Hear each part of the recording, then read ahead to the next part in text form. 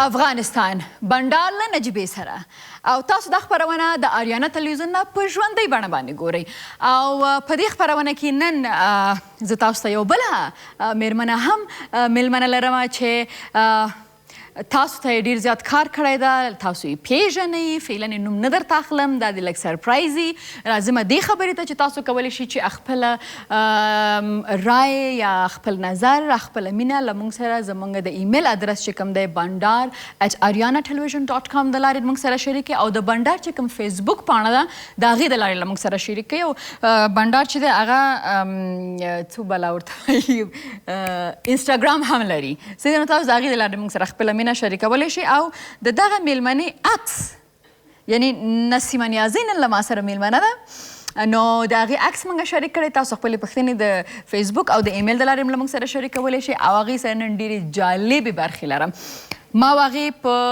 2014 کې یو بل لیدلي ول دا خپرونه چې نن تاسو ګورئ موږ هغه وخت کې ثبت کړې وه څه زاړه یادونه دي هغه هم د هغې سره یادوم او ما ته ډېر ښه اوس نه پوهېږم چې کمپلیمنټ راکوئ ته سدابهار یې نو ما ورته مې ما کې خو ډېر بدلون نه ده راغلی نو نن د هغې سره بنډار لرم خدای دې وکړي چې تاسو هم ترېنه خوند واخلئ او د خپرونې په شروع کې غواړم چې اشپزخانې ته به ولاړه شم ما غوښتل چې تاسو ایمیل یا فیسبوک خواته ولاړه شم خو راځئ چې د اشپزخانې خواته ولاړ شو وګورو چې یلدا جانه نن موږ ته چه پخوي یلدا جان خوش آمدید خوش باشین شما خوب هستین نجیبه جان زنده باشی بخیر باشی زنده باشین امروز یک چکن هاندی در نظر گرفتیم چکن هاندی چکن هاندی پخته میکنیم دیگه عبارت از گوشت مرغ بانجان رومی ادرک است که به حساب زنجفیل تازه سیر است دیگه مسالهش است در مساله مرچ سیاه نه مثلا نمک چینایی است نمک عادی زردچوبه مساله مرغ مهمترین چیز از که است برگ البه است برگ البه البه را کلگی یعنی میشناسن منتها برگش ما در کلگی نمیم دیگه ماست است قیماق است دیگه خود گوشت مرغ است لیمون کار میشه بله لیمون دیش کار میشه اینمی سبز مرچم سبز مرچ و او برای گشنی چون برای تنظیمش که ایسته در خود پیش قاب بکشین در پیش یک کمک چی دیزاین بدیم دیگه سلاتا هم در هر خانه هر غذایی که کنن معمولا یک سلاتا باید باشه که این موبایل نیست این تونینگ که ای از آیپد است شما سلاتی عادی یک سلاتی سبز رو میخواییم که توش جور کنیم خب عالی نو اوس زود پرایس کارت خطا کم وګورو چې د هر څه په څو روپو کې راغلی کابل کې ګراني زیاته شوې ده که څنګه شوې راځئ چې وګورو چکن هاندی لازمه مواد د چرګ غوښه نیمه کیلو 110 افغانۍ مستې نیمه کیلو 25 افغانۍ پیروی نیمه قطعی 10 افغانۍ رومی بانجان نیمه کیلو 60 افغانۍ د البه پاڼه یوه قطعی 15 افغانۍ اوږه 2 غوزې 10 افغانۍ تازه زنجبیل یوه دانه 10 افغانۍ لیمو 2 دانې 15 افغانۍ چینایی مالګه مرچ او مساله د ضرورت وړ تازه مرچ 15 افغانۍ ډوډۍ 2 دانې 60 افغانۍ باز ما میتونیم که دو جور کنیم شما آمدین خو اون مکتا په څومره کمو پیسو کې څومره ښه خواړه جوړیږي او ما ونه کته چې څونه پیسې وي خو تاسو کته صحیح ده خب برشان بگوین که چه گوشت مرغ اول یک چیز باید خوار بگویم باید پشتو را یاد بگیری خب این تو نمیشه که تا نماداری اینمی داری ما که از بسیار قیمتی است میبینید از پانتون کابل بر ما گفته بگه تو بیا داری درس بده ما گفتم وقت ندارم در کوشش هست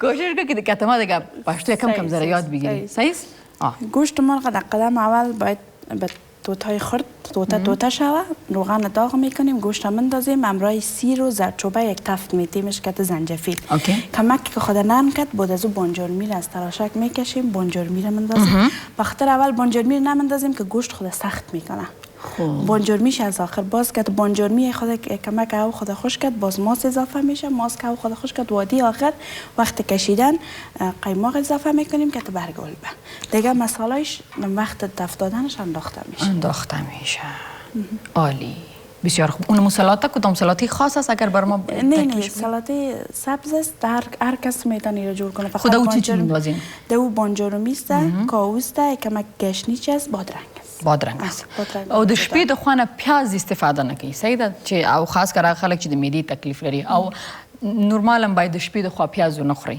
متاسفانه صحیح خب شما آشپزی رو شروع کنین او زما د بندار د ایمیلز خواته وګورم چې موږ ته چا ایمیلز را لېږلي په هغې کې زه څومره کولی شم چې تر ایمیل ته جواب ورکړم ښه فریدون عمر خیل کندوز چهاردره دا فکر کوم سبجیکټ دی تاسو چې کله ایمیل را لېږئ نو تاسو سبجیکټ که ورکړئ نو ما ته یا زما ټیم ته په ایمیل پیدا کولو کې اسانه نو ټایټل همیشه ورکوي هغه ته چې راځي سبجیکټ هغه ته نوم خامخا ورکوي صحیح ده چې څه باره کې دی که د پروګرام د صفت باره کې بیا خو زه زر وایم او که د نجیبې صفت بیا خو بیخي زر وایم ښه نو فریدون عمر خیل وایي چې سلامونه او نیکې هیلې وړاندې کوم نجیبه جانې تاسو ته ستاسو د خپرونې همکارانو ته او ټولو هیوادوالو ته نو هیوادوالو تاسو وایي سلام علیکم و همکاران شما بگوین و علیکم سلام آفرین بگو و علیکم سلام کامرمان من میشرمه خودت گفتی؟ صحیح یکم ذره تیز بگوین خب بیا وایي چې زه ستاسو په جرأت استعداد او زړورتیا ویاړم تاسو زموږ په ټولنه کې چې ښځې د خپل حق غوښتلو د اواز پورته کولو جرأت نه لري جرأت ورکوي تر څو د خپل انساني حقوقو چې الله ورکړي غوښتنه وکړي مننه خیر اوسئ تاسو د ښځو د غږونو غږ چې د کورونو لخوا اجازه نه ورکول کیږي چې خپل استعدادونه خلکو ته ښکاره کړي یا هغه څه چې ارمان لري هغه سرته ورسوي ترې ګټه واخلي د هغو د کورنیو غږونو ته رسولو په حقیقت کې یو ستر خدمت دی ښه د هغې غږونه د هغې کورنیو ته چې دی یعنې دا جرأت ورکول دا ستر خدمت دی ټولنې ته چې تاسو یې کوئ الله مو په دې لاره کې تل بریالی اوسه فریدون عمر خیل کندوز چهاردره او زما د صورت ولایت ورته وایم او زه خپل هم د چهاردرې ما ډېره زیاته مننه فریدون جانه کور دې ودان چهاردره دې رایاده کړه ډېر کلونه شوي چې نه مې ده کتلې خدای دې وخت راولي چې یو وارې بیا لاړه شم دم اخلو دمې نور سره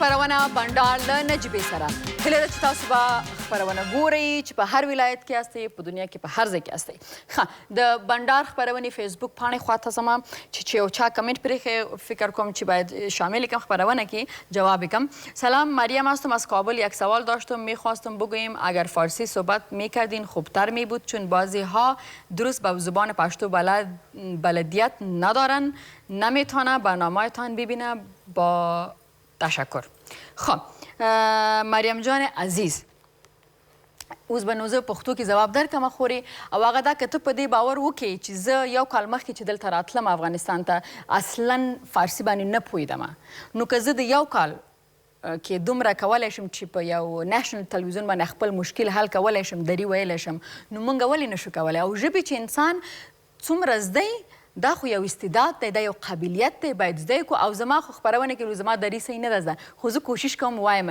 نو زه دا غواړم چې زما خپرونې سره تاسو ټول دومره مینه ولرئ چې خیر زما د خپرونې په خاطر باندې لږه لږه پښتو که ویلی نه شي لږه لږه چې مینه ورسره پیدا کوي او ځان پې پوهه کوي نو په دنیا کې هیڅ کار ناممکنه ده صحیح ده بیا هم ډیره زیاته مننه ستا د کمنټ څخه او اوس هم ما سره زما درنه خوږه میلمنه په سټوډیو کې ناسته ده دې نه مخکې چې هغې سره خبرې پیل کړم غواړم چې د هغې دا ویډیو کلیپ تاسو وګورئ ښه راغلاست ژوندی اوسئ موفقه اوسئ خیر اوسئ مننه ده چې دعوت قبول کړه او راغللې او که په یاد دي د دې سټوډیو په خوا کې موږ په 2014 کې یوه خپرونه د دې خپرونې پایلټ موږ ثبت کړی و بالکل زم په سر کې خپل سلامونه د تلویزیون د طریقه د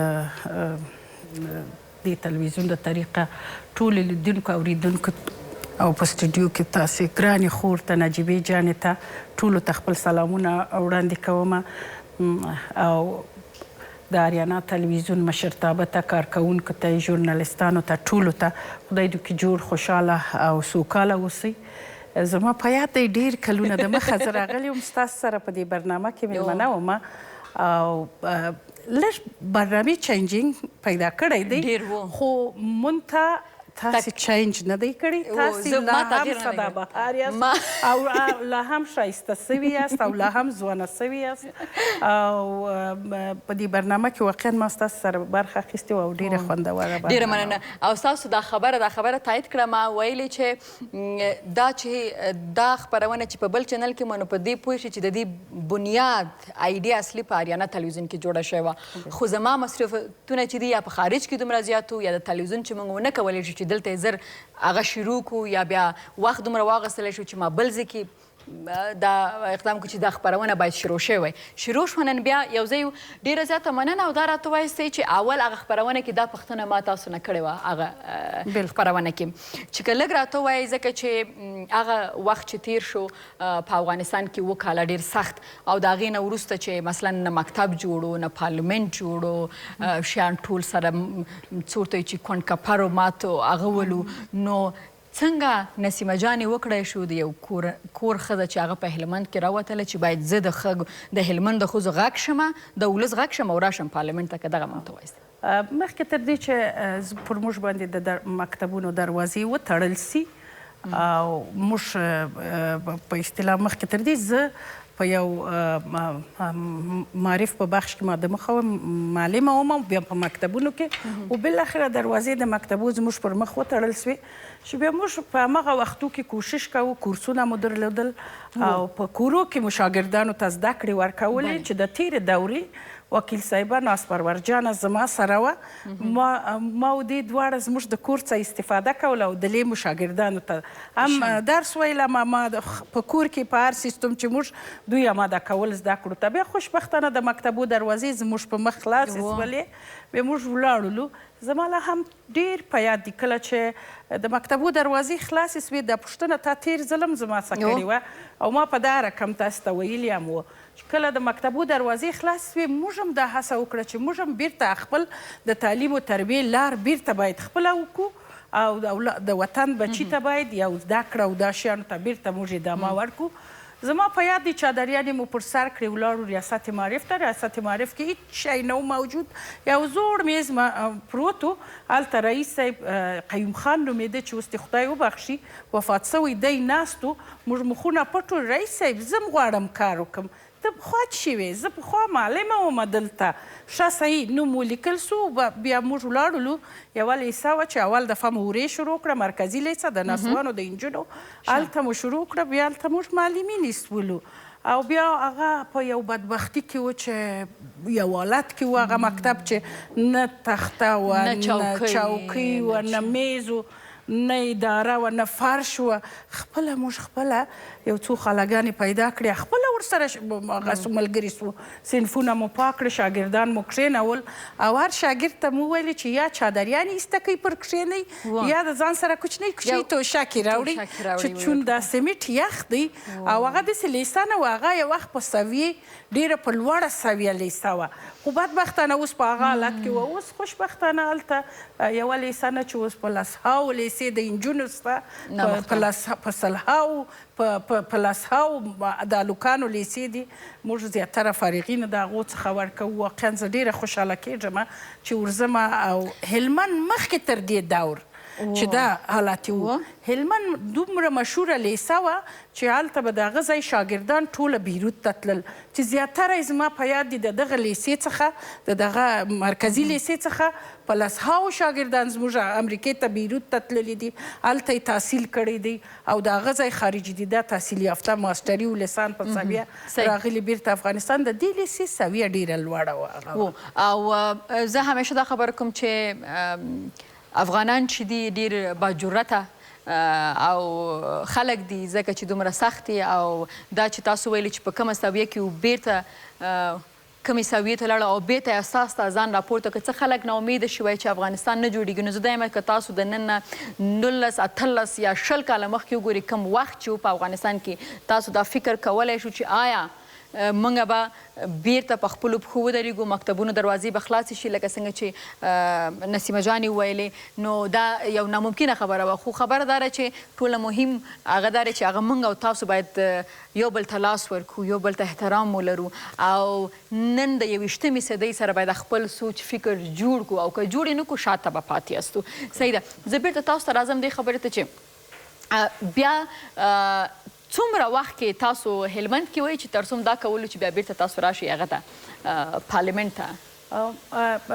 تقریبا 3-4 کاله ما معلمي او مدیریت وکړی مرکزي لیسه کې، بیا زه معلم او بالاخره 2 میاشتې بعد مدیره سولم. بالاخره بیا زه د هغه لیسې څخه د اساسي قانون د تصویب وکالت هغه ته رالم. ډېرو بخښئ، موږ سره دمه ده، دمه اخلو او زموږ بنډار له نسیمه نیازۍ سره روان دی. دمه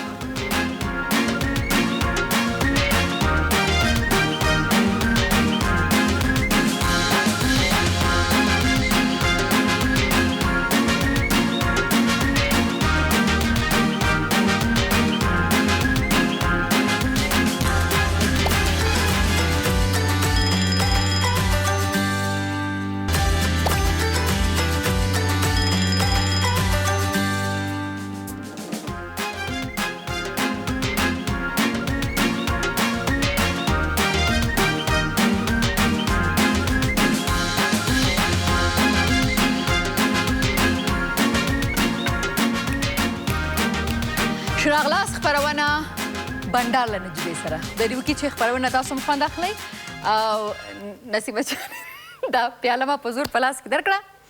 ما وی چې مخکې نه تاسو ورته اجازه یم چای څنګه دم شوی دی؟ والا نجیبه جانې ما ته ګیلاس راکړئ. دې ګیلاس کې زه 2 شیانو ته ډېره 2 عکسو ته زه ډېره متوجه سوم. یو ساعت دی، بله خپله نجیبه جانې عکس دی. زه فکر کوم چې نجیبه جانه وخت ته ډېر ارزش ورکوي او ساعت هم 7 بجې دی. زه فکر کوم چې 7 بجې د دې برنامه ده او تقریبا دا د نجیبه جانې د برنامې اعلان دی. مننه. او خبرې چا اعلان وکړو؟ نسیمه نیازۍ. نو د دې دا معنی ده چې دویم افسر د خپرونه به کامیابیږي انشاءالله. صحیح ده له خیره؟ مننه خیر سخور جانې. نو ما دا ویلي چې بیا څنګه 4 کاله چې وشو بیا کابل ته پارلمنټ ته څنګه راغلی ده؟ کله چې موږ مکتبونه شروع کړل او شاګردانو زده کړو ته مو دوام ورکړي او په دې وخت کې د اساسي قانون د تصویب وخت راغی او اساسي قانون دپاره باید موږ کوششونه کړي وای.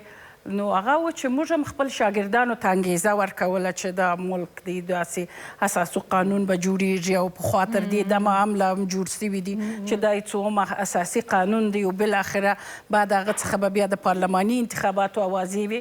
نو دغه و چې زموږ هم شوق علاقه پیدا سوه چې باید دې جرګې ته موږ ځانونه کاندید کړو چې خوشبختانه زما ګرانو شریفو هلمندیانو ما ته دا افتخار را وبخښي او زه د لوی جرګې د اساسي قانون د تصویب وکیله کړم او رالم دلته د اساسي قانون چې د قوانینو مور ده چې ټوله قوانین د هغه څخه نشأت اخلي او ټوله قوانین د هغه پر بنا جوړیږي. زه د دې اساسي قانون د تصویب د جرګې وکیله سوم چې دغه و چې دا انګیزه موږ کې پیدا سوه او بالاخره په موږ کې هم یو فکر پیدا سو چې موږ هم باید سیاست ته ور ودانګو. ګرچې هغه وخت موږ سینونه کم و په دې نه پوهېدلو چې سیاست و دا مسایل، خو پارلماني انتخابات راله. ما بیا خپل د تجربې د کوچنیوالي په اساس چې زما په یادېدل کشران به درېدل سنا ما ته ډېره ارزش راکوله. هغه موږ ته ویلې چې بیا هغه و چې موږ 5 میاشتې ټریننګ واخیستی د جي ټي زاید د خوا څخه جرمنانو د خوا څخه چې پارلمان څه معنی، افغانستان پارلمان څه معنی، د جهان پارلمانونه څو قسمه دي، دا نظامونه ټوله موږ ته تشریح سو. بیا 6 میاشتنی ټریننګ بعد هغه دلته افغانستان کې وکړو؟ دلته هم بادي سرټیفیکیټونه بیا موږ په جرمني کې واخیستل. نو هغه و چې موږ هلته دعوت سو، موږ ته یې دا هغه راکړه چې هغه کې بیا د رهبرانو نیمچه رهبران ټوله په ما کې وو. نو بیا هغه و چې موږ د پارلمان په ماهیت پوه سولو. بیا هغه و چې ما ځان کاندید کړي په ولسي جرګې ته. ولسي جرګې کې خوشبختانه بیا زما شریفو هلمندیانو ما ته دا افتخار راکړي او رایه راکړه او زه پارلمان ته راغلم. خو خامخا هغه ما اوله دوره ونه وي سیاست ته وردانګلي مو، ګرچې تر دې د مخه هغه تصویب د اساسي قانون ډېر مهم و بیا موږ هلته هله یعنی داسې کوشش مو وکړئ چې ګر چې موږ ښځې یو باید خلکو ته اطمینان ورکړو چې موږ کولی سو کار وکړو او هلمند خلک هم دومره په اصطلاح عدالت خواه خلکو هغو هم دا درک واقعا تر هر ځای هغو ډېر قوي درک درلودی چې چاته باید رای ورکړي چې دوم ځل بیا ماته رای راکړله خوشبختانه ووایم چې دریم ځل بیا دا دې ودرېدلو انشاءالله په توکل د خدای هلمندیانو زه بیا بې برخې کړې نه یم خپل ټول اعتماد یې په ما کړی دی خو کله چې اعلان سو چون د قانون مغایر راځي زه نه وایم انشاءالله شاید کامیابه اوسم خو چې کله اعلان سو بیا به خبرې کوو او نه خبرې به نه کوو که اعلان سوله او ما ګټلي دي نو بیا موږ نو ستا میلمانه یو په هلمند کې ما هلمند نه ده لیدلی باید ستاسو میلمانه شو موږ صحیح ده ښه اوس موږ یو گیم ورته ووایه یو لوبه ووایه تاسو ته یې لرم صحیح ده همکار میگم اینمی برد تلک و اینمی طرف بیا یس ښه صحیح ده تاسو راشئ له خیره سره و صحیح ده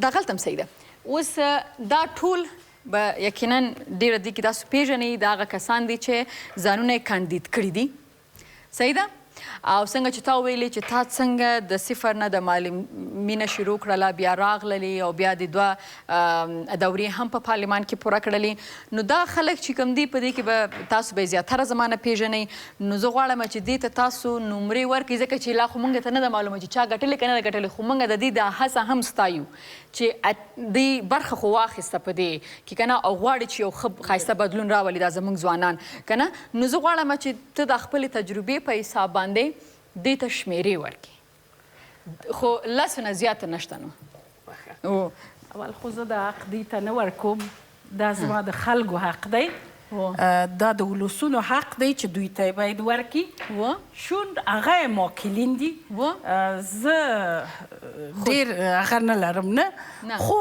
د شناخت پر بنا به بعضې باندې به زه فوکس وکړم صحیح ده په دې خاطر که زه هغه وای د دوی موکله وای کابل کې وای ما دې زیاترو کې انتخاب دقیق درلودی خو بدبختانه چې زه بیا په هلمند کې یم خوشبختانه په هلمند کې یم خوشبختانه په هلمند کې یم د هلمند د کاندیدانو د جملې څخه یم اول ته راځم زه د اول کس ته او د ډېره ښه اشاره هم کړې ده واقعا دوستي نثار احمد خان بهاوي دی دا ماته ډېر مهم دی په څه خاطر دا ماته مهم دی دا ماته په دې خاطر مهم دی چې د پلار بهاوي صاحب د هلمند و ارغنداب رئیس عمومي وادي هلمند و ارغنداب تیر سوی بهاوي صاحب او د ده ورورک نظام الدین زما همصنفی و نظام الدین زه خپله موږ په کوچنیوالي کې په اوله دوم دریم تر اتم پورې د ده د ورور سره همصنفیانو دوی کور ته تللي یو ځای دوی زموږ کورو ته راغلي نو زه به ده ته په دې خاطر چې دی مخکې تر دې چې پارلمان ته ودرېږي زموږ قهرمان هم دی قهرمان دی او د افغانستان بیرغ هم په جهان کې راپولی دی کولی شو چې ده ته یوه نمره بدون د کاندیداتوري ده ته ورکړو چون د خپل بغیر دی چې کاندید سي د خپل نور افتخارات هم لري نو اول نه په اول پوزیشن باندې نثار جان ده ښه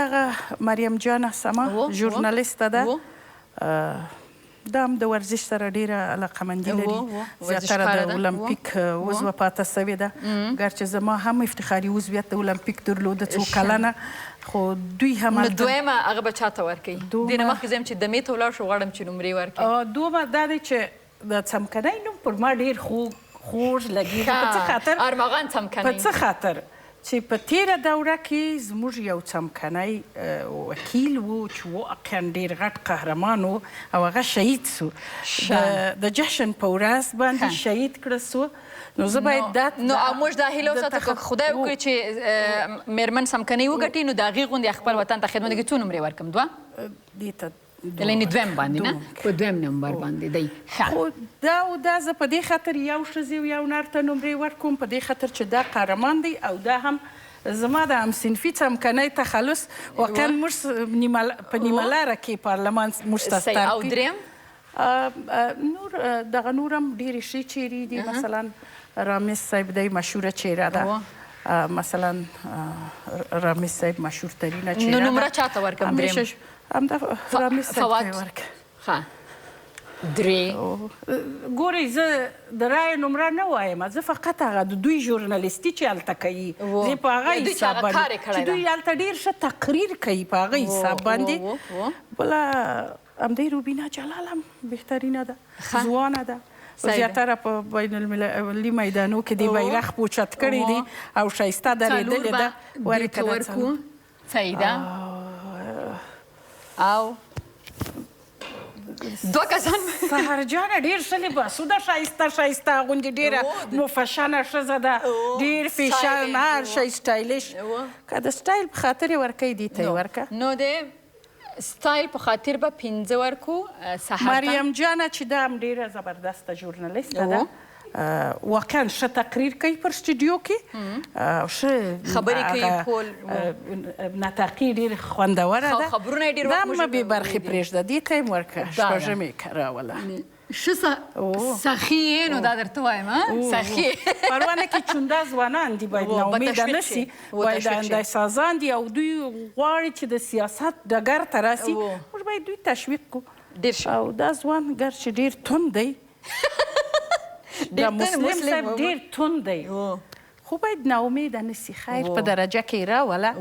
ښه دی چې پارلمان ته که راغی چې موږ د زړه د حاله خبر سي. دا صحیح ده، دا صحیح ده، دا صحیح ده. موږ د زړه د حاله خبر سي. صحیح ده. نو دمه اخلو، دمې نه وروسته راستانه کېږو. نسیمه نیازي له ما سره ده، تاسو هم نو دمه واخلئ، بیا بېرته راستانه کېږو بنډار له نجیبې سره.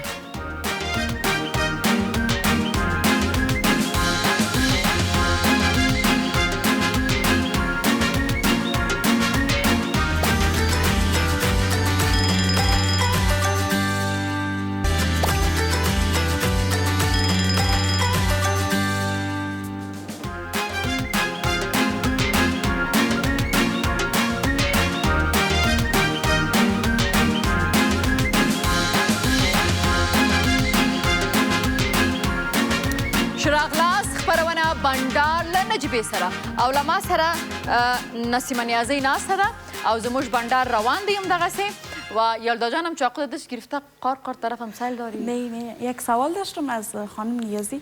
در قدر فعالیت هایی که در بیرو دارین، یعنی در خانه چی رقم داشتپزی دسترسی باز دارین، میتونین در فامیل یعنی دستپختتان خوب است که یا دستپختتان خوش دارن؟ از ما براتون بگویم که ما در خانه آشپزی دست بسیار باز دارم، به خاطر که من هر نوع آشپزی را بگویم من یاد دارم. یکم آشپزی های وطنی فولکلور خود ما بود، یکی آشپزی های نو. در نوی آشپزی یعنی چون مثلا در تلویزیون در طریقه در نور و ملکو در مکس میدی، در آشپزی یعنی دی کاراته وای چې دا پخه کم میز ده، کاراته وای هغه پخې کم میز ده.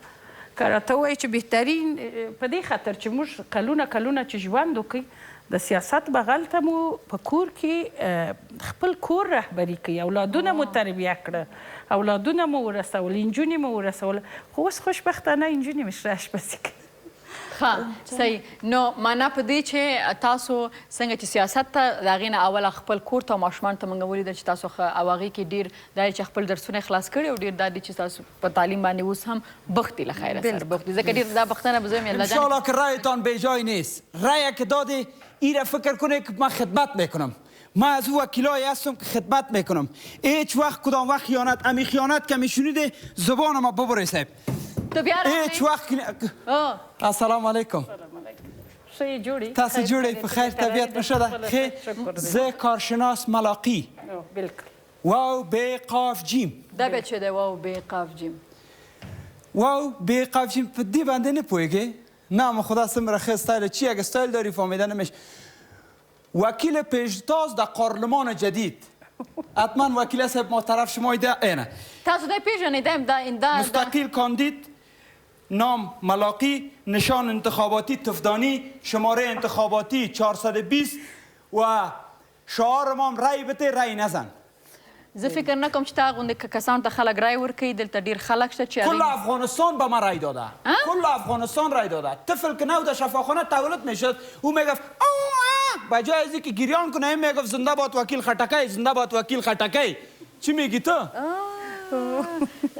ډېر خوشباوره یم. ما به خاطر خدمت آمدیم به افغانستان. چی خدمت میکنیم؟ بسیار خدمت ها میکنم. از ما کارم دروغ نیست. اول چیزی که گنگ است باید از حواسخان شوه. څوک چې ګونګی دی باید حواسخان شي. دوم رشوت به کلی گم میکنم. اگر شما دیدید نام رشوت گم میکنم، نام رشوت بعد از این هیچ کس زیر میز رشوت نمیته، برالا میته، نامش توفه میمانیم. خانور. و سوم تمام بچه ها که میبینه طرف خارج میره از بیزنیش، چیزی که دخترای مجرد به بچه ها میدیم. بیایی که اول از طرف خود شروع کنیم. وکیل صاحب. بله صاحب. شما شکر آدمی هستین که خدمت میکنیم به وطن، خدمتگار هستین. دو مجرد. زه بیا نور چی نکم، زه بیا تا سره واده کوم. نه ما تو رو نمیگیرم، تو را به ما بته. ګوره دی ډېر په ښه سټایل کې راغلی، په څه خاطر سي دی نارینه دی، یعنی نارینه دا رقم برنامې تشریح کوي، نه دي ویلي چې ښځینه.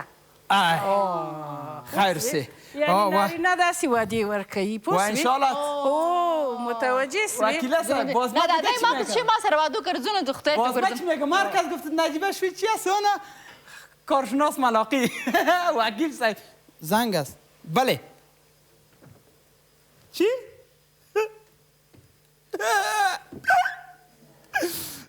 از کمیسیون انتخابات برای گفتن 10,000 5,000 17 نفر در خونه از 15 تا رای برده.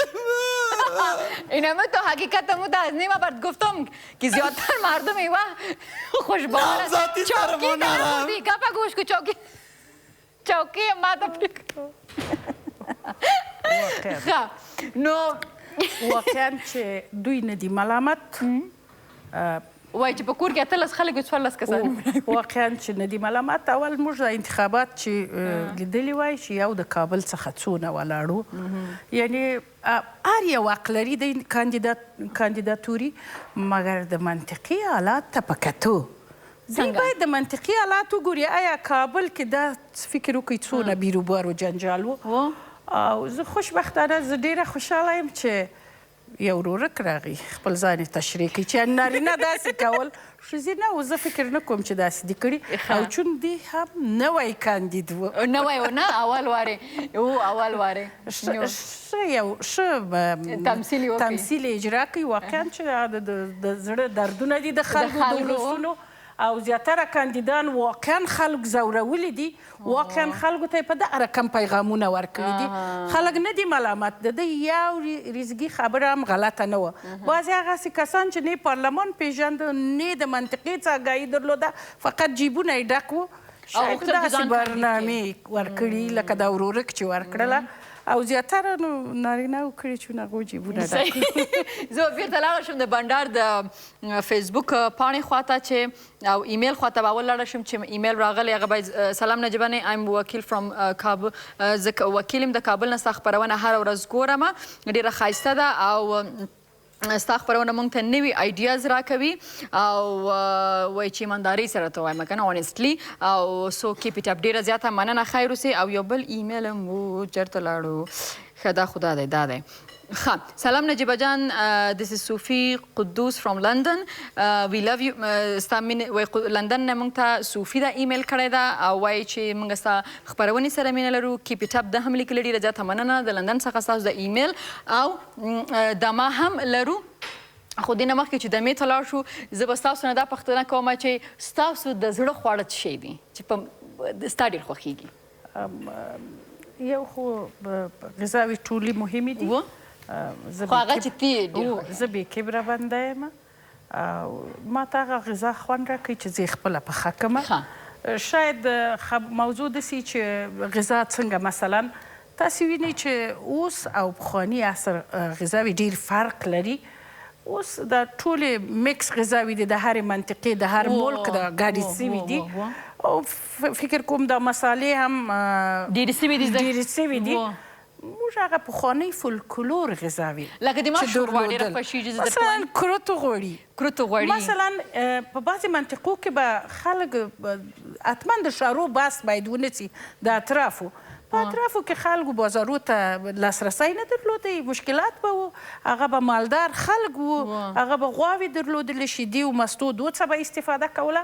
بیا به چې زیاتره بعضې وخت خلکو ته چې به یې میلمانه راغله هغو زیاتره به بیا حتی شیدې و غوړي ورته جوړول، یا د هګیو خاګینه به یې ورته ویله چې فکر کومه چې بهترین لذیذترین غذاوې وي.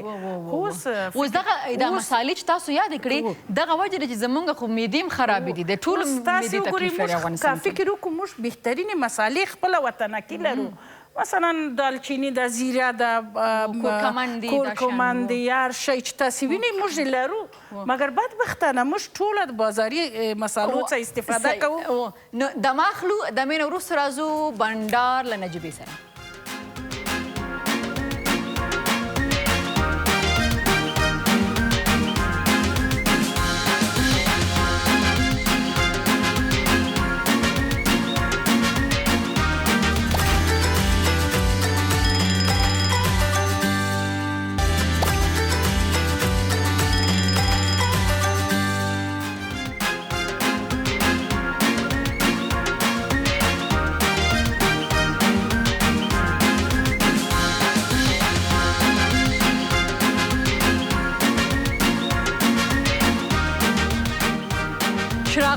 خپرونه بنډار له نجیبې سره، او دا وخت زما په لاس کې تاسو پیاله ګورئ. موږ غواړو دا د خپل ټیم خوا نه چې زه به تاسو نه پر روانو ورځو کې یو څو پوښتنې کوم، که څوک چې موږ ته ایمیل یا فیسبوک د لارې هغې ځواب راکړي نو هغې ته به د بنډار دا ښایسته پیاله تحفه کې ورلیږو. صحیح ده. او اوس هم غواړم چې د بنډار د ایمیل خوا ته ولاړه شم چې کوم موږ ته راغلی ده. شپه په خیر لیکلي دي، سلامونه او نیکې هیلې تاسو ته او نسیمه نیازۍ ته هیله لرم چې روغ او جوړ یاست. نسیمه نیازۍ ته په ټاکنو کې د بریا په هیله. اکبر خاموش له پلو خمري څخه ژوندی اوسي. صحیح ده. او بیا هم زم د بنډار فیسبوک پاڼې خواته او ګورم چې هغلته موږ ته کمنټ کړی ده. نجیب خان وایي چې د کوټې څخه ته یو ار ګریټ آرټیسټ، ډېره زیاته مننه. د کوټې بلوچستان څخه موږ ته کمنټ پرېښی. محمد اسماعیل شیرزاد وایي چې سلام نجیبه جانې، په زړه پورې خپرونه مو ده، تل همداسې تر و تازه او خندانه اوسي. مننه سره ستاسو. انجینیر هارون فقیري په فیسبوک کې موږ ته کمنټ پرېښی چې سلامونه نجیبه جانې ته ګران لیدونکو ته او خصوصي محترمې اشپزې ته. اوهو ښه، واقعا چې ډېره ښایسته پروګرام دی، یو ځل بیا د خلکو په شونډو دی موسکا راوسته. مننه. همدغه موږ غواړو چې تاسو د بنډار له نجیبې سره وئ، وم خاندئ، زده کړه مو کوئ او خوشحاله وخت هم تیر شي. بیا هم چهرههای افغانستان په فیسبوک کې موږ ته کمنټ پرېښی چې سلام نجیبه جانې تاسو ته او ستاسو درنې میلمنې ته. زما پوښتنه له ښاغلې نیازۍ څخه دا ده چې څومره خپل خلک د دې له کارونو څخه راضي دي. ندا یم له کابل څخه. ښه، ندا یې خو فیسبوک اکاونټ کې دی بل شی. ښه، ندا جانې کابل څخه دا پوښتنه کوي. زه به دې ورورک ته هم خپل سلامونه، ندا جانې ته به خپل سلامونه او نیکې هیلې وړاندې کړم. دې ته معلومیږي چې ما 2 دورې وکالت وکړئ. په 2 دورې کې معنا یې دا وه چې خلک تقریبا زما څخه راضي وو په منطقه کې چې رایه راکړه. او دا 3مه دوره مې ده. 3مه دوره کې به زه څه نه وایم، د قضاوت به موکلینو ته پرېږدم چې څو ورځې بعد معلومیږي چې خلک ولسونو څه فیصله کړې، او خوشبختانه ښه فیصله یې کړې. ښه، صحیح ده. نو ګورو له خیره سره. اوس نو یو بله لوبه ده او هغه دا چې غږونه دي په یاد دی، په هغه خپرونه کې مې غږونه. نن ګورو چې نن د چا غږونه دي. بالکل. راځئ چې اول غږ واورو چې فرزندای زیملک هستم، تمیز کلان شده در بین خوشی و غم و دود و آتش و فرحت و نابسامانی های از این ملت اورایشان یک جای بودیم، به یک جای بودن با اینا افتخارم داره. صحیح ده. بیخي صحیح استاد دی. اوس زو د بل غږ خواته وګورو چې بل غږ د چا دی. اردوی ملی، پلیس ملی و امنیت ملی بر از اونا به اصطلاح و حمایت خود اعلان کنم. شکریه جان بارکزی. بله و بارکزی صاحب ده. واقعا د اواز سره آشنا یو او په ډېر وخت کې چې غږ هم نه دی اورېدلی، ځکه کله نه چې امبیسډر شوې ده نو او موږ یې هم په غږ پسې دیغ یو. نو راشئ، لږ زر راشئ او موږ سره وګورئ. حکمتی که خداوند انسان را خلق کرد و در روی زمین آفرید همی است که این انسان‌ها با هم آمیزش داشته باشند و انس داشته باشند و یک جا زندگی. خدای بخشلی مارشال صاحب، مارشال قسیم فهیم. بله و آفرین ډېر اوسو او دا شان به نور موږ پرېم نږدو موږ به دا شان بیا پیل کوو د دې پوښتنې به کوو چې دا څنګه کارونه کېږي خدای دې وبخشي زموږ قهرمان شهید جنرال صاحب رازق واقعا آواز دردونکی مراسخه ده ایمان مراسخ دی رښتینی یو فقط و فقط خدمت مو هدف دی په ټول هلمند کې نه تعمیر لرم نه خونه لرم دا زموږ د هلمند ولایت محترم شهید قهرمان جبار واقعا چې نن دا آوازونه ډېر مشکل دی چې اورو یې زموږ افتخار داسې خبرې وشوې چې زما خوښې شوې او د لومړي ځل دپاره مې داسې احساس وکړ چې ملالۍ شینوارې ده بله و ټول پوښتنې مو ځواب کړې خدای بخښلي قهرمان صاحب سره زما خپرونه وه نو ما سره یې داسې څنګه چې نن ما ورته ژمنه وکړه چې درځم به هلمند ته ما د هغې سره ژمنه کړې وه چې راځم به شوروا به خورو یو ځای بخت کې نه تشکر یلدا جان او همدغسې جنرال رازق خو حوصلې به خپل د لاس نه ورکوو او د یو روښانه د ښایسته افغانستان په هیله باندې همداسې با جرأته به اوسېږو حوصلې نه به کار اخلو نسیمه جانې هغسې غږونه وو چې هېڅ کله باید خاموشه سوي نه وای خو بس د خدای رضا و څه نه سو ویلی خدای شهادت ورته قبول کړي امین امین او موږ ټول ته د خدای همت راکړي او دومره د خدای موږ اوس همت راکړي چې موږ د هېواد ته کار وکړو صحیح ده ټول په هر ځای کې چې یاستو راځئ لږ اشپزخانې ته به ورشو او زه غواړم چې دغه چکن هانډي پخ کړې لږ باید تاسو وخورئ یو صحیح ده دا لږ مې ځکه واچوه چې خپرونه کې تاسو لږ وخورئ بیا نور صحیح ده صحیح ډوډۍ کور ودان صحیح ده خو لیدونکو ستاسو ټولو څخه ډېره زیات هم مننه ځکه چې په خپله هم تاسو ښه اشپز هستئ واقعا چې مزهدار قضاوت کولی شئ هغه یو استاد د مخه چې اولین اواز یې و هغه یو خبره کوله ولې په یو ځای کې ډېره اشپزي کېدل اشپز راته اشپزي به خوند نه کوي بیا به یې تغییر ورکړي بل اشپز به یې نارینه راوستي بیا به یې خوند نه ورکوي بالاخره خلکو ویلې چې د اشپزي خوند نه کوي ولې یو چا وویلې چې په اشپزي کې چې د بنګړو شرنګ نه وي خوند نه کوي واقعا چې د دې خوراکي لاس شیرین دی شیرین دی شیرین دی ډېره زیاته مننه همدا وه زموږ نننۍ خپرونه ډېره مننه چې بنډار له نجیبې سره وئ ډېره مننه خور جانې چې راغلې خپرونې ته خیر اوسېږې نو الله مو مل شه شپه په خیر افغانستان زنده باد ژوندی